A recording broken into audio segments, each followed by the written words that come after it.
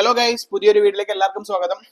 അങ്ങനെ ഒരു സന്തോഷകരമായിട്ടുള്ള ന്യൂസ് ഈ വീഡിയോയിലൂടെ ഷെയർ ചെയ്യാൻ പോവുകയാണ്. ഇന്ത്യൻ ക്രിപ്റ്റോ റെഗുലേഷനെ പറ്റിയും ഇന്ത്യൻ ക്രിപ്റ്റോ ഇൻവെസ്റ്റേഴ്സിനും ട്രേഡേഴ്സിനൊക്കെ വളരെ സന്തോഷകരമായിട്ടുള്ള ഒരു ന്യൂസ് ആവുമെന്ന് പ്രതീക്ഷിക്കാം. ന്യൂസിലുള്ള പോലെ തന്നെ നടന്നാൽ തീർച്ചയായിട്ടും അതൊരു നല്ല സന്തോഷമുള്ള വാർത്ത തന്നെയായിരിക്കും. അപ്പം ഇതുപോലത്തെ അപ്ഡേറ്റ്, ഇപ്പം നിങ്ങൾ ഓൾറെഡി ക്രിപ്റ്റോ അപ്ഡേറ്റ് ഡെയിലി അറിയുന്ന ഒരാളാണെന്നുണ്ടെങ്കിൽ ഈ ന്യൂസ് നിങ്ങൾ അറിഞ്ഞിട്ടുണ്ടാവും. അല്ലാത്ത ഒരാളാണെങ്കിൽ ഈ വീഡിയോ മുഴുവൻ കാണാം. ക്രിപ്റ്റോ ടാക്സിനെ പറ്റി തന്നെയാണ് പറയുന്നത്. ഞാൻ മുൻപ് ഒരു 1.5 വർഷം മുൻപ് റെഗുലർ ആയിട്ട് വീഡിയോ ചെയ്തിട്ടുണ്ടായിരുന്നതാണ് ക്രിപ്റ്റോ മാർക്കറ്റ് അപ്ഡേറ്റിനെ കുറിച്ച്. പക്ഷെ അതിനുശേഷം കുറച്ച് പേഴ്സണൽ കാര്യങ്ങളാൽ എനിക്ക് ചെയ്യാൻ പറ്റാണ്ടായിട്ടുണ്ട്. സോ തീർച്ചയായിട്ടും നിങ്ങൾക്ക് ഇങ്ങനത്തെ അപ്ഡേറ്റ് അറിയാൻ താല്പര്യമുണ്ട് എന്നുണ്ടെങ്കിൽ താഴെ കമന്റ് ചെയ്യുക. ആഴ്ചയിൽ 1-2 വീഡിയോ എങ്കിലും ഇമ്പോർട്ടന്റ് അപ്ഡേറ്റ്സ് നമ്മൾ ഷെയർ ചെയ്യുന്നതാണ്. പ്ലസ് നമ്മുടെ യൂഷ്വൽ ആയിട്ട് ട്രേഡിംഗ് സ്ട്രാറ്റജീസും ആ സംഭവങ്ങളും കണ്ടിന്യൂ ചെയ്യാൻ ശ്രമിക്കുന്നുണ്ട്. അപ്പം അത് നോക്കാം. അപ്പം ഞാൻ ഇന്ന് പറഞ്ഞു വന്നത് മെയിൻലി ക്രിപ്റ്റോ ടാക്സിനെ പറ്റിയിട്ട് ഇന്ത്യയിൽ വരുന്ന ഒരു പോസിറ്റീവ് ന്യൂസ് ആണ്. 2 ദിവസമായിട്ട് ഇപ്പം ഇന്ത്യൻ എക്കോസിസ്റ്റത്തിൽ, ക്രിപ്റ്റോ എക്കോസിസ്റ്റത്തിൽ വളരെ പോസിറ്റീവ് ആയിട്ടുള്ള ന്യൂസ് ആണ്. ക്രിപ്റ്റോ ടാക്സ് ഇന്ത്യ 1% നിന്നും TDS 1%, ടാക്സ് 30%, ആ 30% നിന്ന് കുറവുണ്ടാവുമെന്നും അതുപോലെ TDS നിന്ന് 1% നിന്ന് 0.1 ഒക്കെ കുറയ്ക്കാൻ സാധ്യതകൾ ഉണ്ടെന്നുള്ള രീതിയിലൊക്കെ ന്യൂസസ് വരുന്നുണ്ട്. അതിന്റെ ഒപ്പം തന്നെ RBIയുടെ ക്രിപ്റ്റോ നയങ്ങൾ കുറച്ചും കൂടി ഈസി ആക്കാൻ തുടങ്ങുകയാണെന്നുള്ള രീതിയിലും ഒരു ന്യൂസ് വരുന്നുണ്ട്.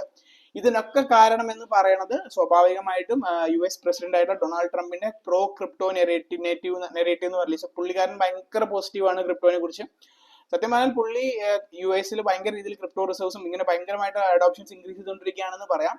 പുള്ളി ഇതൊക്കെ സപ്പോർട്ട് ചെയ്യുന്നുണ്ട്, പ്രോ ആണ് എന്നൊക്കെ പറഞ്ഞാലും ഭയങ്കരമായിട്ട് സപ്പോർട്ട് ചെയ്യുന്ന ഒരാളാണെന്നുണ്ടെങ്കിൽ പോലും ചില സമയത്ത് ചില പുള്ളിക്കാരുടെ ഇടപെടൽ എനിക്ക് അങ്ങോട്ട് ദഹിക്കുന്നില്ല. ലൈക്ക് ഞാൻ ദഹിച്ചാൽ എനിക്കൊന്നുമില്ല. പക്ഷെ എന്താണെന്ന് വെച്ച് കഴിഞ്ഞാൽ ക്രിപ്റ്റോ എന്ന് പറയുന്നത് ബ്ലോക്ക് ചെയിൻ എന്ന് പറയുന്നത് ഡീസെൻട്രലൈസേഷൻ ആണ്. ഡീസെൻട്രലൈസേഷൻ എന്നുള്ളൊരു മെയിൻ മോട്ടോ ഉണ്ട്. പക്ഷെ ഇവിടെ ഇപ്പം ക്രിപ്റ്റോന്റെ പ്രൈസ് ആണെങ്കിലും BTC ആണെങ്കിലും ഏത് ടോക്കൺ ആണെങ്കിലും മേലേക്കും താഴത്തേക്കും വരിക എന്ന് പറയുന്നത് ലൈക്ക് കൈൻഡ് ഓഫ് ഒരാളുടെ വാക്കിന്റെ പുറത്തുനിന്നുള്ള രീതിയിലാണ്. ഇപ്പം നമ്മുടെ ഡോജ് കോയിനിൽ എലോൺ മസ്ക് പറയുന്ന പോലെയാണ് ക്രിപ്റ്റോ മൊത്തം അങ്ങനെ പോയേക്കുന്നത്. ഈവൻ BTCയുടെ കേസ് ആണെങ്കിൽ പോലും ഇപ്പോൾ ഡോജ് കോയിൻ പമ്പ് ആവണമെന്നുണ്ടെങ്കിൽ എലോൺ മസ്ക് ട്വീറ്റ് ഇട്ടാൽ പമ്പാവും. അതൊരു ടോക്കൺ മാത്രമാണ്. പക്ഷെ ഇവിടെ ട്രംപ് ട്വീറ്റ് ഇട്ട് കഴിഞ്ഞാൽ എൻ്റെ ക്രിപ്റ്റോയിലാണ് ഈ പ്രശ്നം വരുന്നത്. മാത്രമല്ല പുള്ളി സ്വന്തമായിട്ട് മീം കോയിൻ കൊണ്ടുവരുന്നു.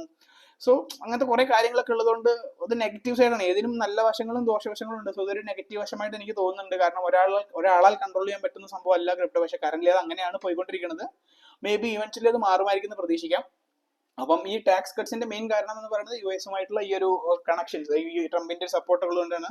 സ്വാഭാവികമായിട്ട് US എന്ന് പറഞ്ഞാൽ വേൾഡിൽ തന്നെ ഏറ്റവും വലിയൊരു GDP ഉള്ള രാജ്യം തന്നെയാണ്. അവരുമായിട്ട് ഒരുപാട് സംഭവങ്ങൾ വർക്ക് ചെയ്യുന്നുണ്ട്. എല്ലാ രാജ്യങ്ങളും ആ ഒരു രീതിയിൽ വർക്ക് ചെയ്യും. സോ അവർ കൊണ്ടുവരുമ്പോൾ സ്വാഭാവികമായിട്ടും ഇന്ത്യ മാത്രം മാറി നിൽക്കുക എന്ന് പറയുന്നത് which is not good for us as well.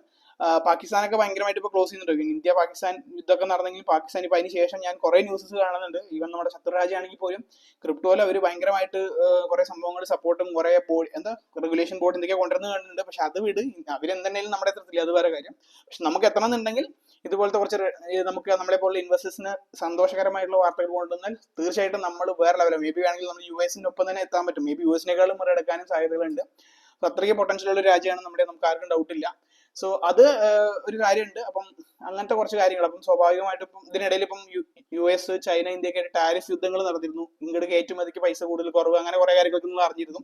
ഇപ്പം അതും സ്മൂത്ത് ആയിട്ട് പോകുന്നുണ്ട് എന്ന് പറഞ്ഞു. ഇന്ത്യ ഇപ്പം ജപ്പാനെ മറികടന്നുള്ള ന്യൂസുകൾ കണ്ടിരുന്നു. സോ ഇതൊക്കെ മൊത്തത്തിൽ പോസിറ്റീവാണ്. പ്ലസ് ഈ ഒരു ഇന്ത്യ US തമ്മിലുള്ള ബന്ധങ്ങൾ, ട്രേഡ്, ഈ വിപണി ബന്ധങ്ങൾ കുറച്ചും കൂടി ദൃഢമാക്കുന്നത് കൊണ്ട് തന്നെ ഈ US ക്രിപ്റ്റോനെ ഭയങ്കരമായിട്ട് അനുകൂലിക്കുന്നത് കൊണ്ടും ഇന്ത്യയിലും അതുപോലത്തെ ഒരു നിയമം ഉണ്ടാവാം എന്ന് നമ്മൾ പ്രതീക്ഷിക്കുന്നതിൽ തെറ്റില്ല.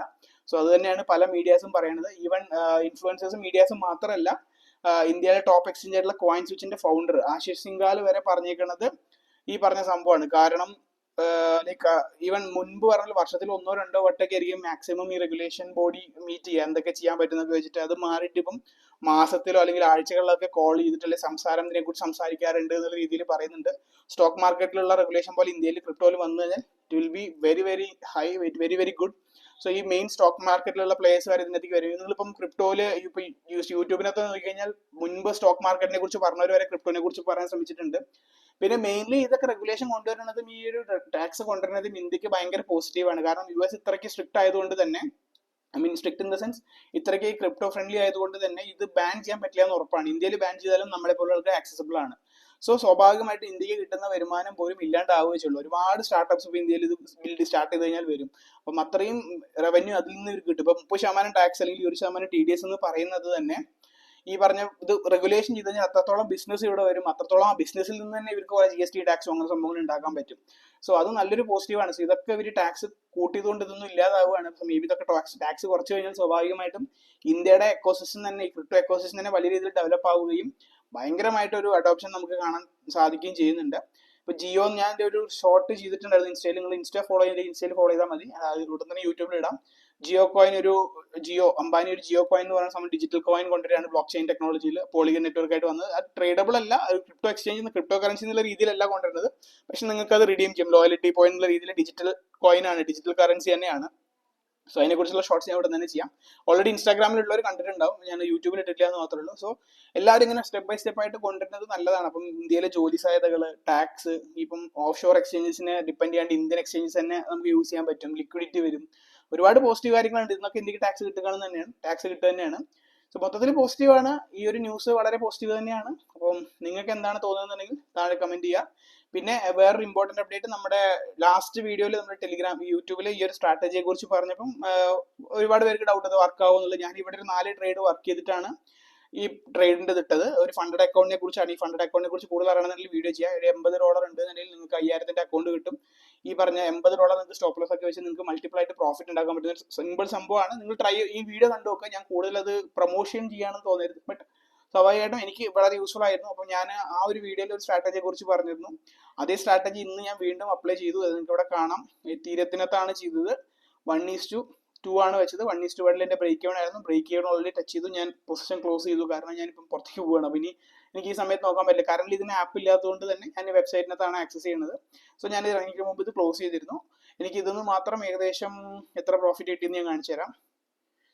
$596 നമുക്ക് ഇവിടെ കാണാം. Realised PNR 590. ഇവിടെ 2 എനിക്ക് ലോസ് വന്നതാണ്. ഇന്നലത്തെ ട്രേഡിൽ എനിക്ക് ലോസ് വന്നിരുന്നു. അത് ഇന്നലെ ഞാൻ ട്രേഡ് ഇട്ടതല്ല, ഇത് നിങ്ങൾക്ക് കാണാം. ഇന്നലെ ഞാൻ ഇട്ടത് വേറെയാണ്. ഇത് എത്തീരത്തിന്റെയാണ്. ഞാൻ ഇത് ബൈ ചെയ്തിരുന്നു, ലോങ് ചെയ്തിരുന്നു, ഷോർട്ട് ചെയ്യുന്നതിന് വരെ ബൈ ചെയ്തിരുന്നു. അത് ഞാൻ വേറൊരു ഇൻഡിക്കേറ്റർ ബാക്ക് ടെസ്റ്റ് ചെയ്തതാണ്. ഒരു ട്രിപ്പിൾ ട്രീറ്റ് ഇൻഡിക്കേറ്റർ എന്ന് പറഞ്ഞ സംഭവം ഉണ്ട്, പക്ഷെ എനിക്ക് അത് റിസൾട്ട് കിട്ടിയില്ല. ഞാൻ ഇത് മെയിൻലി ഞാൻ പറഞ്ഞല്ലോ ബാക്ക് ടെസ്റ്റ് എന്നുള്ള പ്രോസസ്സിനാണ് യൂസ് ചെയ്യുന്നത്. പക്ഷെ ആ ലോസ്, ഇന്നലെ എനിക്ക് വന്ന ലോസ് ഞാൻ ഇന്നത്തെ ട്രേഡിൽ എടുത്തിരുന്നു. അപ്പോൾ തിരിച്ചും എൻ്റെ അക്കൗണ്ട് അതുപോലെ തന്നെ വന്നിട്ടുണ്ട്. ഇതിനകത്ത് ഞാൻ പ്രൈസ് ആക്ഷൻ SMC എല്ലാം യൂസ് ചെയ്തിട്ടാണ് വന്നേക്കുന്നത്. അപ്പം ഈ വീഡിയോ നിങ്ങൾ കണ്ടു കഴിഞ്ഞാൽ നിങ്ങൾക്ക് മനസ്സിലാവും ഞാൻ യൂസ് ചെയ്ത സ്ട്രാറ്റജി എന്താണെന്നുള്ളതും എങ്ങനെയാണ് ഫണ്ടഡ് അക്കൗണ്ട് ഡീറ്റെയിൽസ് ഒക്കെ അത് നേരെ കാണുക.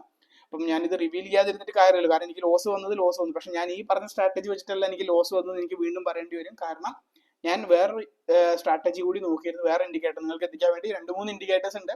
ഒരു ട്രെൻഡ് ലൈൻ വെച്ചിട്ട് ഒരു ഇൻഡിക്കേറ്റർ ഇതുണ്ട്. ട്രെൻഡ് ലൈനും സ്റ്റൊക്കാസ്റ്റിക് പറഞ്ഞ ഇൻഡിക്കേറ്ററും വെച്ചിട്ട് ഒപ്പം പ്രൈസ് ആക്ഷൻ കൂടി കമ്പൈൻ ചെയ്തിട്ട് ഒരു ഇൻഡിക്കേറ്റർ ഉണ്ട്. അതുപോലെ തന്നെ ട്രിപ്പിൾ ലൈൻ എന്ന് പറഞ്ഞൊരു ഇൻഡിക്കേറ്റർ ഉണ്ട്. ആ ഇൻഡിക്കേറ്റർ ആയിട്ട് നല്ല അപ്ലൈ ചെയ്താൽ സെറ്റ് ആയില്ല. പകരം ഈ സാധനം ഈ സ്റ്റൊക്കാസ്റ്റിക് വർക്ക് ആവുന്നുണ്ട്, ട്രെൻഡ് ലൈൻ ഇൻഡിക്കേറ്റർ. സോ അതും അതിനെക്കുറിച്ചും വർക്ക് ആവുന്നുണ്ട്, അതിനെക്കുറിച്ച് ഒരു വീഡിയോ ചെയ്യാം. സോ ഇന്നത്തെ ഇതുപോലെ എനിക്ക് പ്രോഫിറ്റബിൾ ആയിരുന്നു. അപ്പോൾ നിങ്ങൾ നോക്കുക, അതിനെക്കുറിച്ച് അറിയണമെന്നുള്ള വീഡിയോ കാണാം. വേറെ എന്തെങ്കിലും വീഡിയോ എന്തെങ്കിലും സജഷൻസോ ഫീഡ്ബാക്ക് ഉണ്ട് താഴെ കമന്റ് ആയിട്ട് പറയാം. ടെലിഗ്രാം ഗ്രൂപ്പിന്റെ ലിങ്കും താഴെ ഉണ്ട്. മറ്റൊരു വീഡിയോ ആയിട്ടാണ് എല്ലാവർക്കും ഹാപ്പി ഇൻവെസ്റ്റിംഗ്.